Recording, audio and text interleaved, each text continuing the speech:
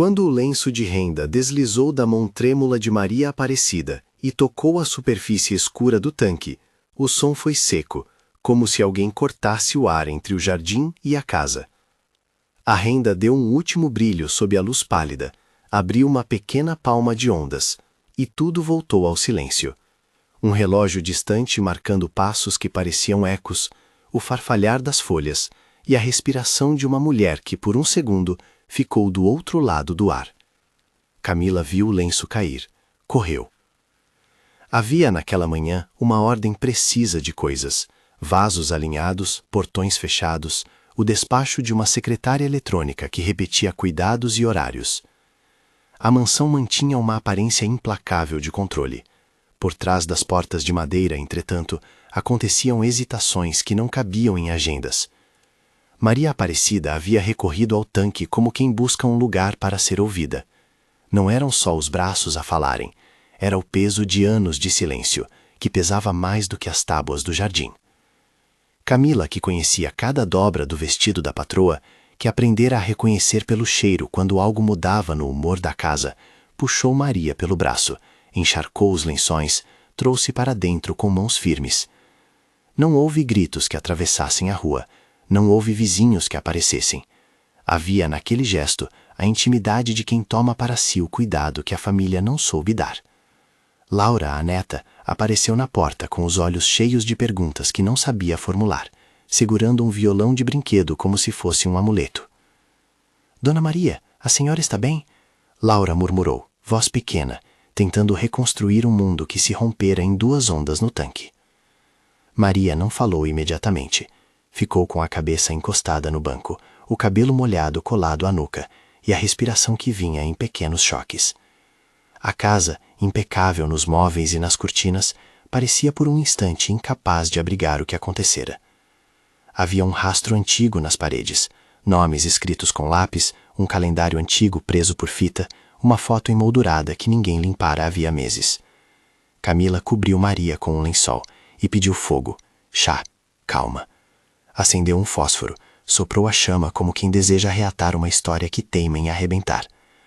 Roberto apareceu depois, ainda de gravata, com a voz tomada por uma pressa que só as grandes casas conhecem, a pressa de manter uma imagem. Ao vê-la molhada, algo em seu corpo dobrou. Olhos que aprenderam a avaliar prejuízos notaram marcas na pele, um hematoma na coxa que podia justificar-se por uma queda trivial, e ao mesmo tempo reconheceram o raciocínio perigoso de uma família que esquece de olhar para dentro. Roberto havia sido acostumado a decisões que passavam desde o escritório até a sala de jantar. Nunca tivera de lidar com a fragilidade concentrada num lençol. "O que houve?" perguntou ele, segurando as mãos que até então tremiam no colo de sua mãe.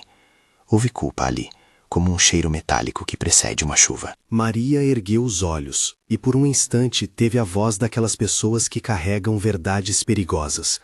Não gritou, não acusou, disse uma frase curta, que mudou o eixo daquela manhã. "Quero que o Roberto me escute. Tem uma coisa antiga que precisa ser encontrada." As palavras pairaram como um chamado antigo. Camila sabia o que Maria queria dizer. Havia um quarto no sótão onde Camila guardava mantas velhas e caixas com etiquetas apagadas. Havia também memórias que não cabiam nas gavetas. A mansão, construída para testemunhar prosperidade, guardava segredos em suas frestas. Alguém, uma vez, deixara um envelope ali. A casa lembrava, por pequenas pistas, de passagens de gente que não ficou. Roberto foi até o sótão naquela tarde. Subiu os degraus que rangiam sob os passos, sentiu o pó na narina, viu o sol diminuir quando entrou naquele espaço abafado. Havia teias antigas, as caixas com rótulos que indicavam roupas de inverno, papéis antigos, e num canto uma caixa de sapatos como lacre gasto. Metade das sombras daquele sótão parecia feita de memórias. Roberto puxou a caixa, sentiu sobre a tampa o volume de algo fino. Um envelope amarelado, com o selo carimbado por uma cidade que já não existia como antes. Um nome escrito com uma caligrafia nervosa: Samuel. Havia também uma fotografia desbotada, uma criança de olhar sério, mãos pequenas sobre um banco, um pai com o rosto cortado na imagem, como se a memória quisesse preservar apenas parte da história. Ao abrir o envelope, o cheiro de papel velho e lembrança subiu. Havia um documento simples, um registro de nascimento antigo, uma anotação da assinatura de alguém com o sobrenome dos Santos, e uma frase que, no exato momento em que Roberto a leu, desmontou a altivez daqueles anos. Filho legítimo, reconhecido por registro. O envelope não gritava escândalo, apenas dizia aquilo que estava escrito de forma calma, quase tímida. Havia outro herdeiro. Roberto deixou o papel cair de novo na caixa, como se pudéssemos retomar uma peça quebrada simplesmente com a vontade. Mas a peça continuava quebrada. Ele desceu do sótão com aquela folha na mão, o peso de uma pergunta que parecia pulsar em seu pulso. Como havia sido possível durante tanto tempo que um nome existisse em papéis e não na vida? Como uma pessoa podia ser simultaneamente conhecida e invisível? Camila olhava-o com olhos que já tinham visto o tempo passar. Ela fora testemunha de visitas, de portas semiabertas, de um homem que vinha à noite para buscar um pedaço de pão. Visitas discretas que ela preferira não comentar por anos. Lembrava-se de um rapaz pequeno que ajudara no quintal, de um presente deixado na varanda, de uma mão que nunca tentou falar alto. Camila guardara isso como se guardasse um remédio, por medo, por amor, por uma combinação das duas coisas. Eu vi ele, disse Camila, por fim, com a calma de quem fala a verdade depois de muito respirar. Vinha às vezes, deixava coisa para Dona Maria. Nunca pediu nada. Não queria aparecer. A casa inteira parecia segurar a respiração.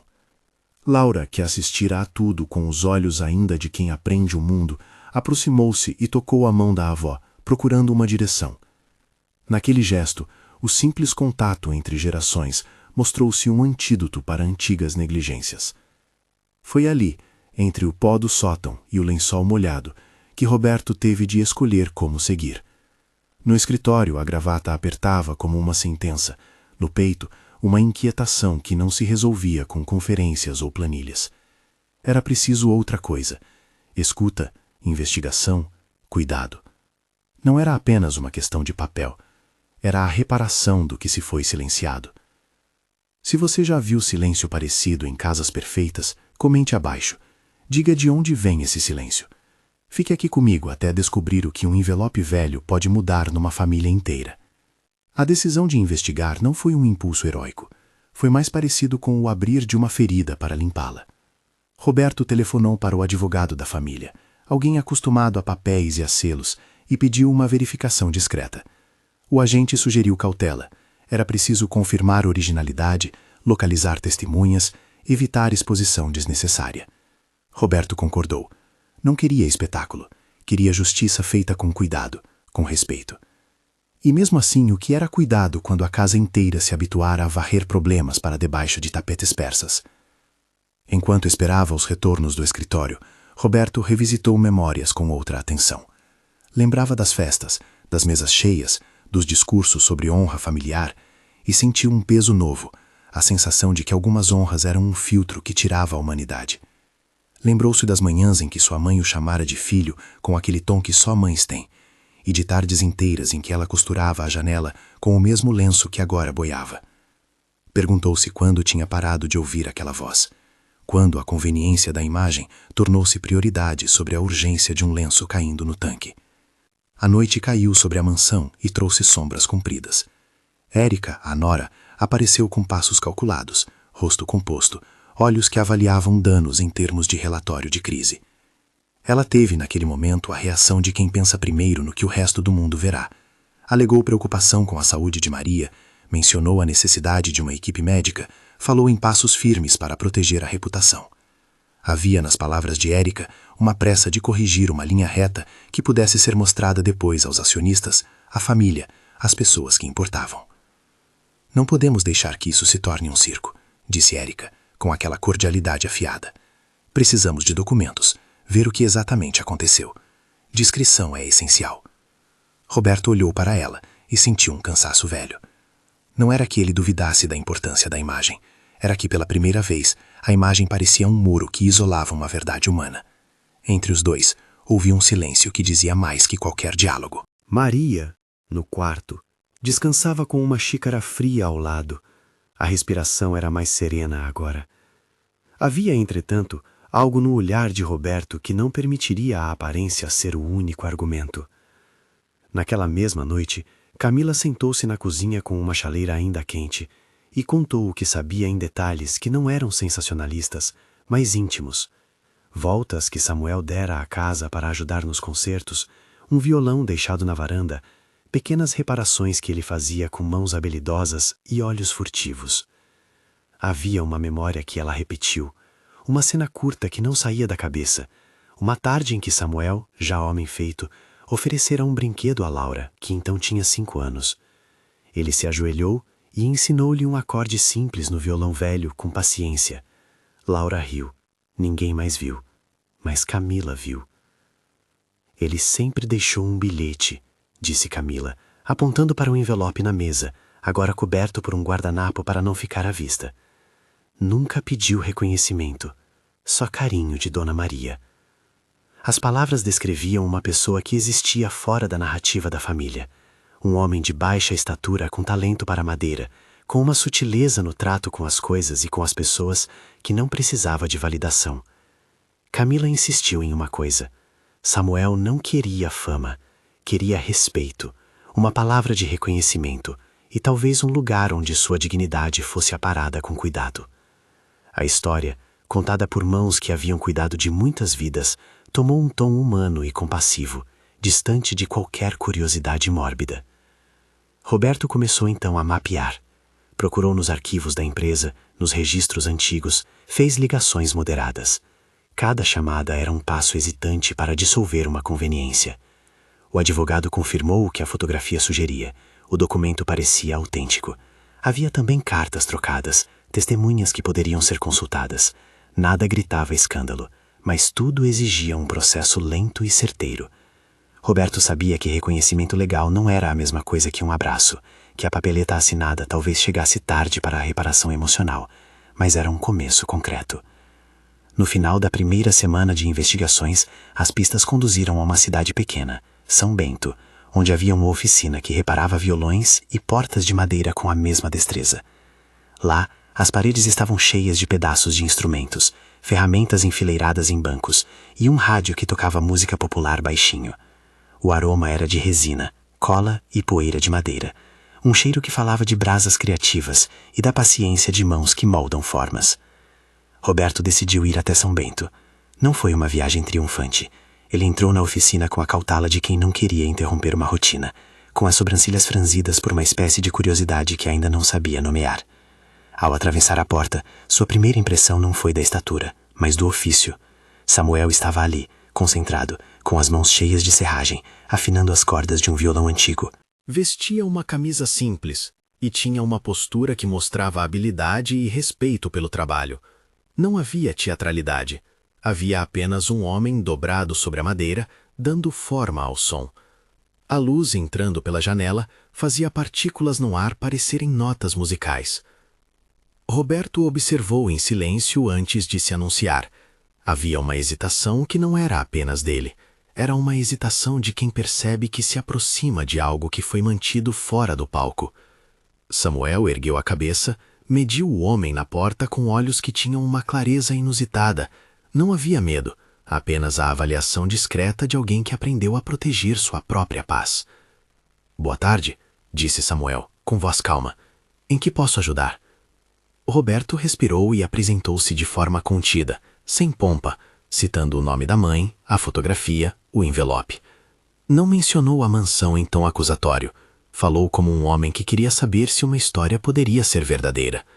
Samuel ouviu, sem surpresa. Pegou o violão, colocou-o no colo como se aquela ação fosse natural para aliviar a conversa. "Já ouvi falar da família", respondeu Samuel, "mas não vim procurar nada. Venho reparar coisas. Gosto do que faço. Se há algo a falar, prefiro que seja em voz baixa, sem plateia." Ali nasceu uma conversa humana, não um anúncio público. Samuel contou episódios breves, como ajudar a arrumar uma janela uma vez, como deixar um bilhete com instruções de como costurar uma bainha que ninguém mais sabia fazer.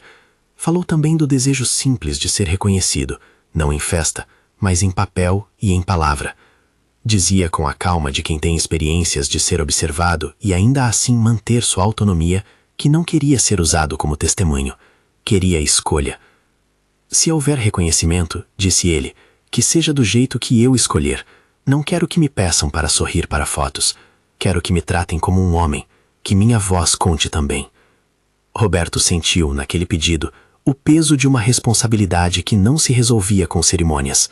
Havia na decisão de Samuel uma clareza ética. Ele concedia o direito ao reconhecimento, mas requisitava que este não fosse performático. Roberto sentiu vergonha de algo que não sabia nomear, talvez de todo um sistema que celebra imagens e esquece pessoas. Voltar à mansão com essa conversa na cabeça alterou sua maneira de ver a casa, não como palco de sucessos, mas como um lugar que precisava de escuta. Ao mesmo tempo, havia pressões. Élica, que sempre vira problemas através da lente da reputação, começou a tentar controlar a narrativa. Percebeu-se uma variação na tensão quando ela entrou em cena. Ligações para advogados, discussões curtas no corredor, olhares calculados. Érica insinuou que era preciso proteger interesses da família, consultou um advogado com um discurso de precaução e pediu com a leveza de quem joga com regras que se tomassem medidas para manter o que fosse possível intocado.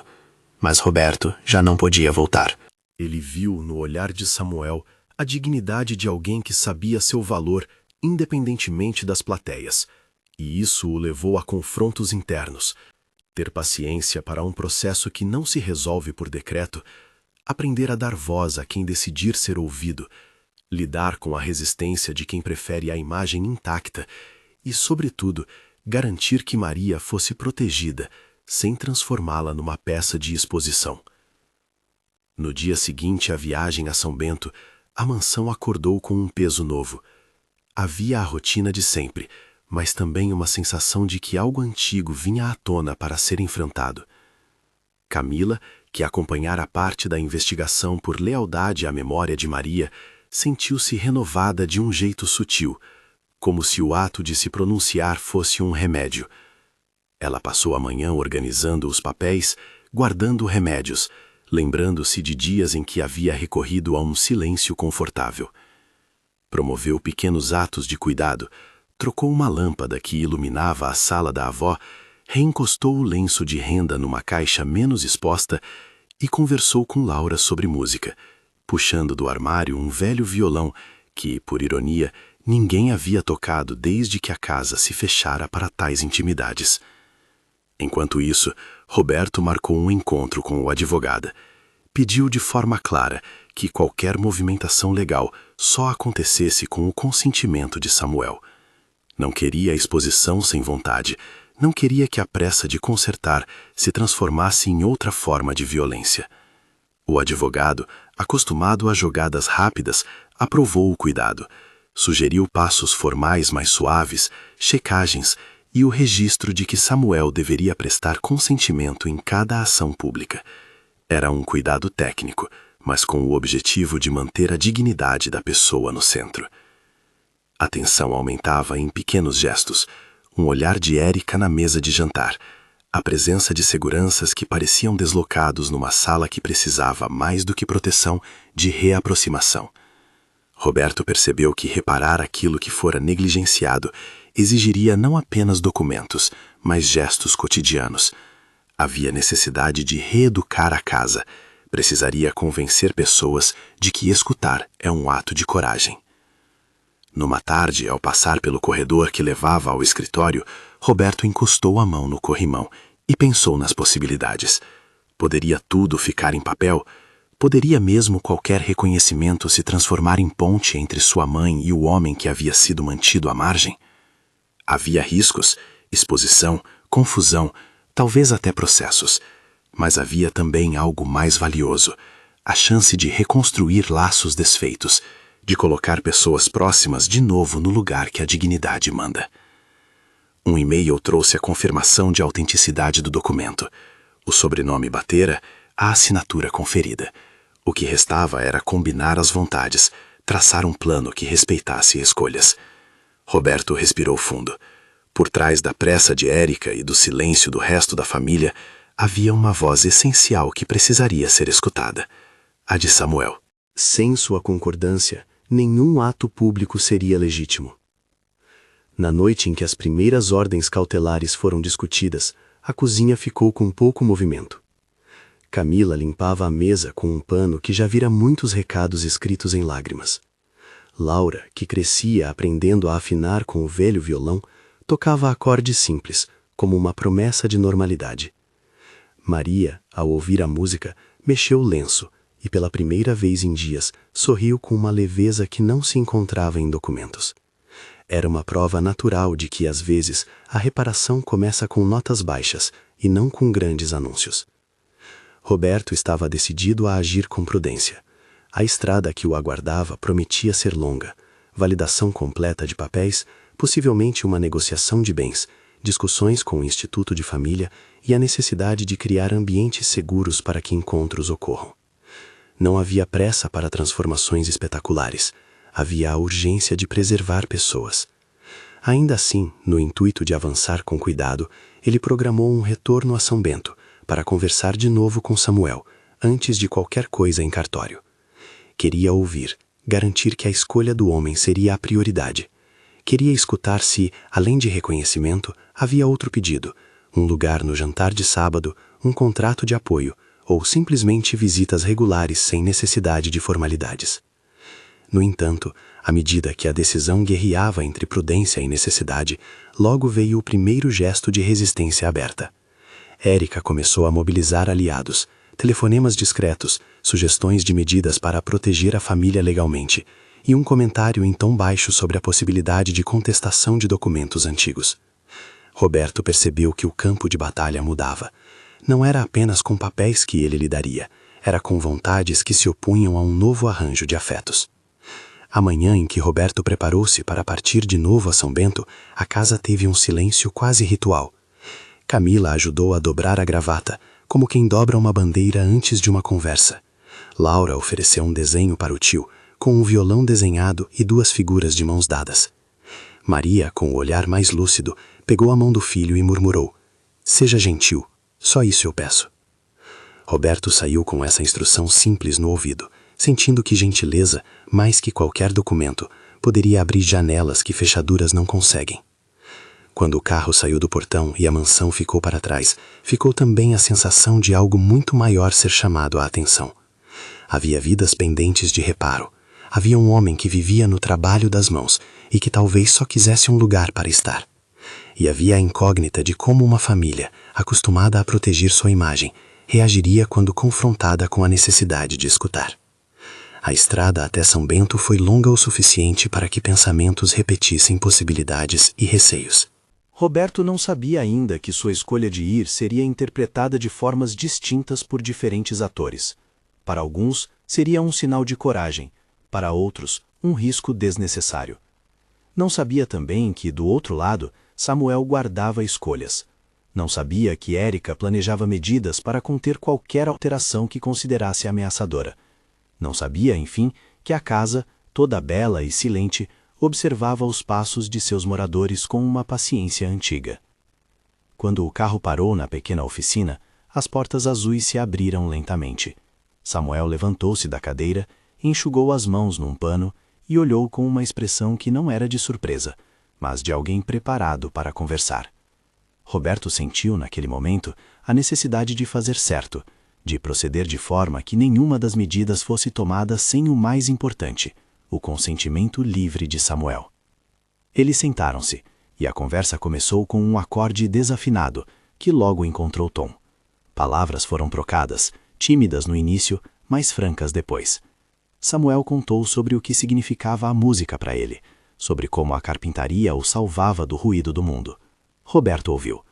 E por trás de tudo, a cidade pequena continuava sua rotina, indiferente ao trama que se desenrolava naquele encontro que, para alguns, seria apenas um capítulo burocrático, mas que, para outros, era uma chance de reconhecer humanidade.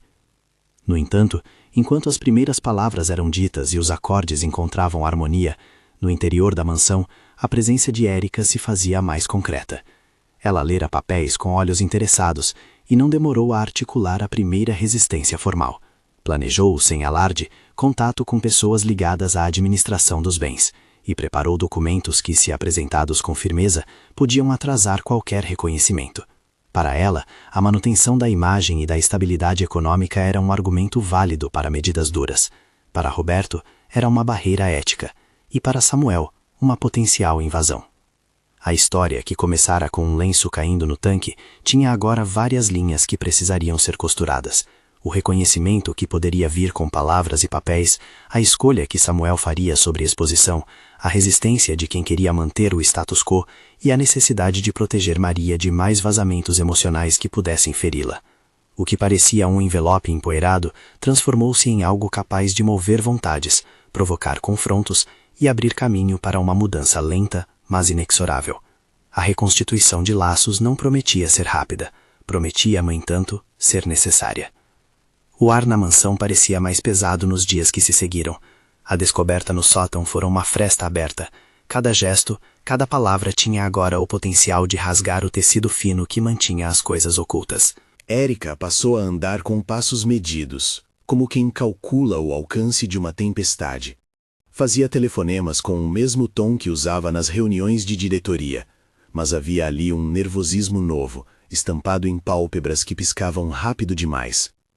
Roberto, por outro lado, aprendeu a respirar de forma diferente, mais devagar, tentando que a pressa, aquela velha parceira das decisões imediatas, não transformasse a reparação em espetáculo.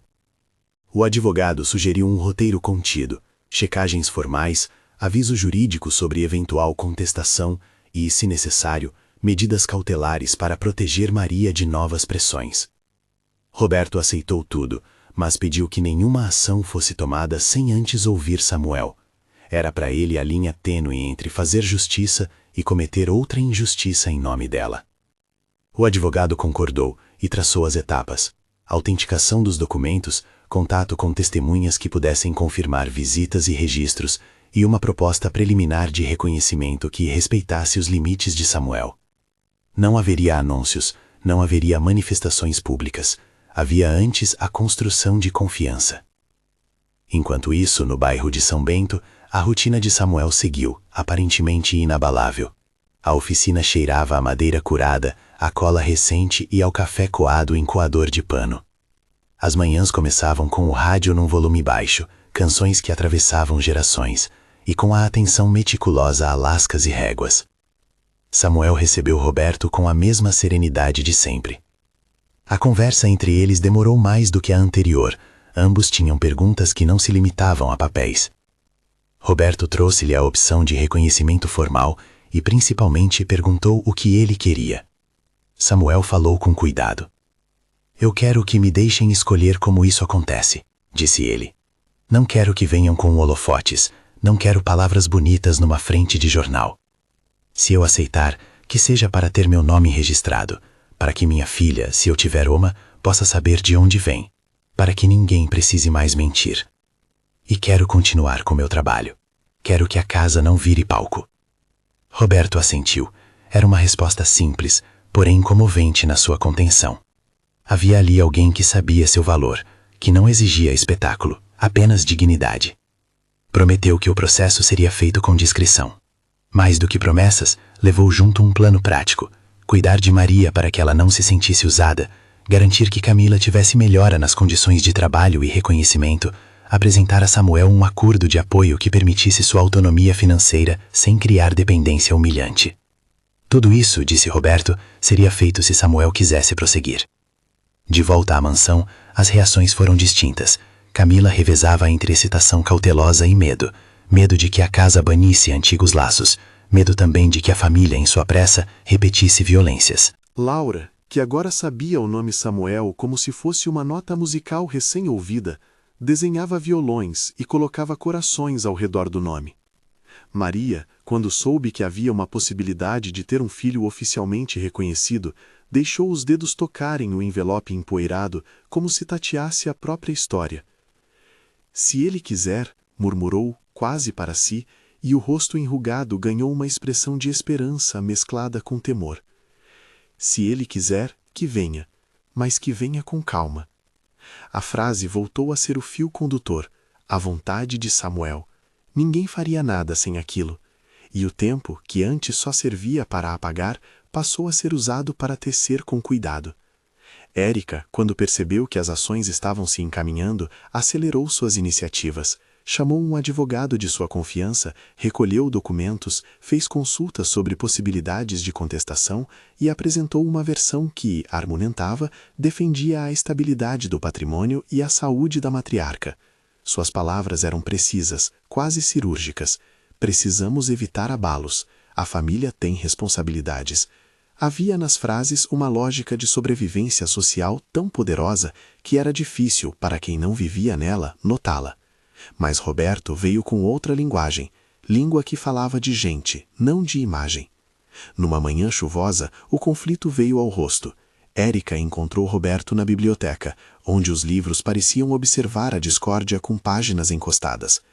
Você não pode simplesmente abrir mão de procedimentos, disse ela, a voz controlada, porém com uma faísca que denunciava a aflição. Há acionistas, a confiança de terceiros. Se isso vaza, a família paga um preço. Roberto não retribuiu com o mesmo tom. Seus olhos, cansados, buscaram a janela por um segundo como se procurassem o lenço que afundara no tanque. Não se trata de abrir mão, respondeu ele. Trata-se de ouvir a minha mãe e de respeitar a vontade de um homem que pode escolher como ser reconhecido. Se a nossa prioridade é a imagem, vamos repetir erros. Se a prioridade é a dignidade, podemos seguir com cautela e dignidade. O embate não resultou em acordo imediato.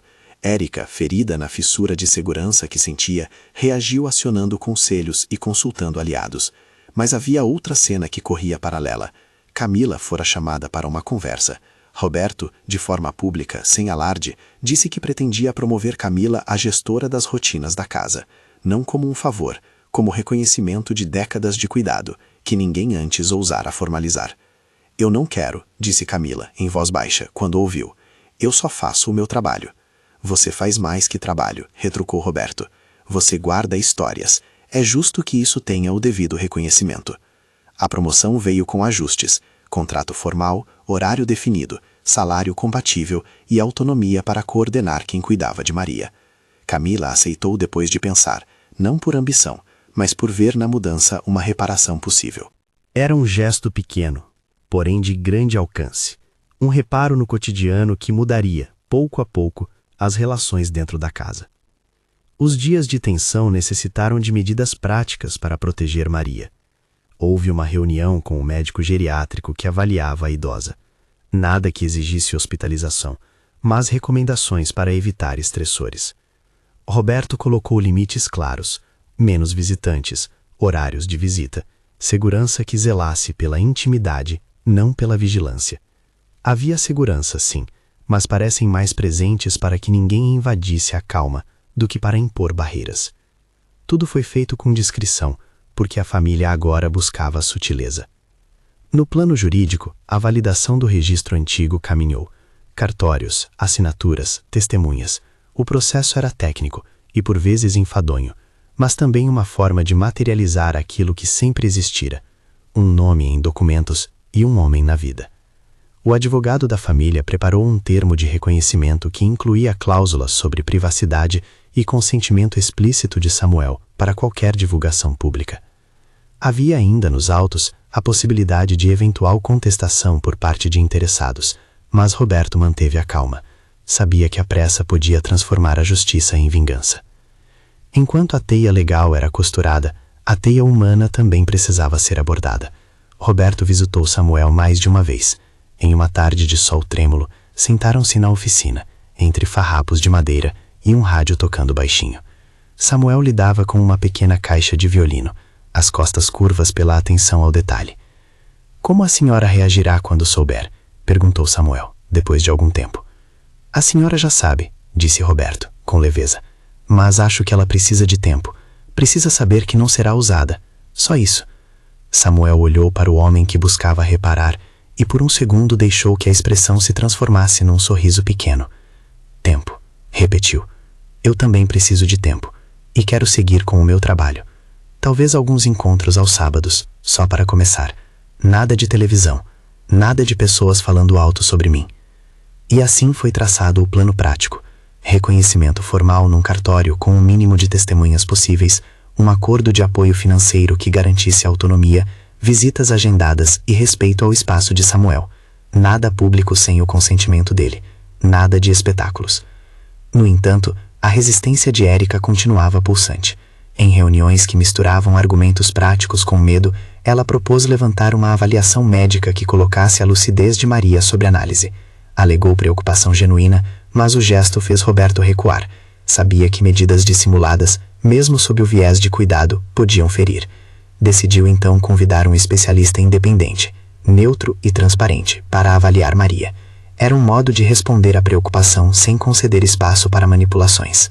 A tensão atingiu um ponto de virada numa noite em que Érica entrou na sala onde Maria dormia e tentou, com delicadeza calculada, recolocar a narrativa em seu lugar. A família deve prevalecer, nós precisamos manter a ordem. Maria, que ouvira frases assim por toda a vida, fechou os olhos com a sensação de que pela primeira vez nos últimos dias sua voz podia ser ouvida, mesmo que sussurrada. "Eu quero que vocês se entendam", murmurou ela, num fio de voz. "Vocês são família." Palavras simples, mas com uma carga que desmontou algo nas posições rígidas. Érica, diante da fragilidade materna, sentiu seus argumentos perderem força. Havia, porém, em sua postura também medo puro e antigo. Medo de perder privilégios, medo de que uma mudança afetasse uma identidade construída em torno de certo controle. Roberto viu isso e, em vez de atacar, propôs um passo prático. Sessões de mediação familiar, conduzidas por profissional, como foco na proteção da idosa e na reorganização das responsabilidades de forma justa. Não era punição, era tentativa de reconstrução. As sessões foram dolorosas. Palavras antigas que se acumulavam como folhas secas foram trazidas a lume. Érica descascou camadas de justificativas. Roberto revelou culpas que sentia. Camila falou da memória que carregava. Laura apareceu em uma sessão, com olhos que diziam mais que discursos, e disse, com a inocência de quem repara com afeto, "Quero tocar com Samuel no sábado." Aquela simplicidade desarmou. A mediação não trouxe milagres, mas deu início a conversas antes evitadas. Na comunidade, as notícias correram de modo tão discreto quanto possível. Algumas vizinhas perceberam mudanças no ritmo das visitas. Outras notaram que Camila agora tinha um crachá e um contrato. No clube da esquina, alguém comentou que a família grande parecia estar cuidando das coisas por dentro. Houve, paralelamente, movimentos de solidariedade. A oficina de Samuel começou a receber encomendas locais. Pessoas que, ao saberem do episódio, preferiram valorizar ofícios e apoiar quem sempre existira nas margens. O gesto que talvez tenha simbolizado a virada não foi jurídico, nem corporativo, nem público. Foi uma tarde em que Samuel levou, numa pequena caixa de madeira entalhada, um presente para Maria. Era um porta-retrato simples, com uma moldura singela e um recorte que deixava ver uma fotografia. A mesma menina de olhar sério, agora com cabelos brancos e uma expressão serena. Maria recebeu o presente com as mãos que tremiam menos. Afinou o olhar, como se tentasse reter nomes que a memória insistia em devolver. "Você fez isso?" perguntou ela surpresa. "Fiz", respondeu Samuel, sem alarde. "Achei que a senhora merecia." A cena deixou Roberto quase sem palavras. Aquilo era o que procuravam. Reconhecimento que não humilhava, gesto que reparava. Não foi plateia, foi parte de uma vida que se alinhava, devagar. No plano prático, Roberto iniciou mudanças na empresa que eram hoje mais do que simbólicas. Implementou políticas internas de cuidado a idosos vinculados a empregados e diretores, criou treinamentos sobre violência velada e abuso institucional e promoveu campanhas de prevenção. Não foi uma ação para a mídia, foi uma resposta ao que aprendera, que reputação sem responsabilidade é só superfície. Essa movimentação gerou críticas, sim, mas também aplausos discretos dentro de sua equipe. Ele sabia que transformar a cultura de uma organização era trabalho de anos, mas sentia que precisava começar com medidas concretas. Horários flexíveis para quem cuidava de velhos, assistência psicológica e revisões de contratos com funcionários de casas patrimoniais.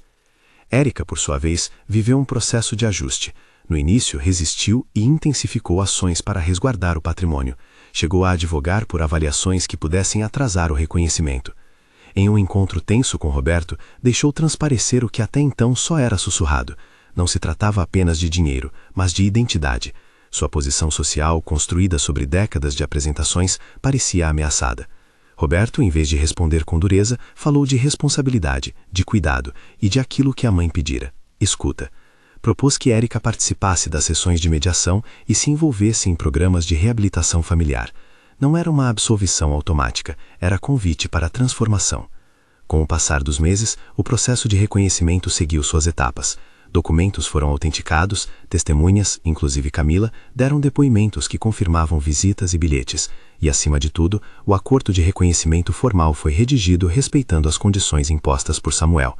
Nada de propaganda, direito à privacidade, suporte financeiro e, se quisesse, vínculo regular com a família sem exposição pública. No cartório, a assinatura foi um gesto reservado, poucas testemunhas, silêncio e a formalização do que já existia na vida de uma mulher e de um homem. Houve quem na rua comentasse sobre o episódio como algo notável, não pela curiosidade, mas pela coragem de mudar. Em casas vizinhas, conversas sobre proteção de idosos se multiplicaram. Uma associação local passou a oferecer linhas de apoio e campanhas de conscientização. A cidade, que antes pouco se interessara por histórias internas, passou a olhar com mais cuidado. A mudança foi lenta, mas presente. A promoção de Camila, que antes fora vista como gesto familiar, começou a produzir efeitos práticos. Ela passou a organizar a rotina não mais como submissão, mas como coordenação. Reestruturou turnos, buscou a participação de profissionais de apoio e passou a ter autonomia para decidir sobre os cuidados de Maria. Com isso, diminuiu-se a sensação de abandono e a casa começou a respirar de novo. Camila ganhou mais segurança e sua voz passou a ser ouvida em reuniões de família, algo que antes não existia. Laura, que agora tinha tempo com o avô reconhecido, aprendeu a dedicar tardes ao violão. Samuel, paciente, ensinou-lhe acordes simples e a arte de entalhar pequenas figuras em madeira. Entre eles nasceu uma cumplicidade que não precisava de grandes gestos.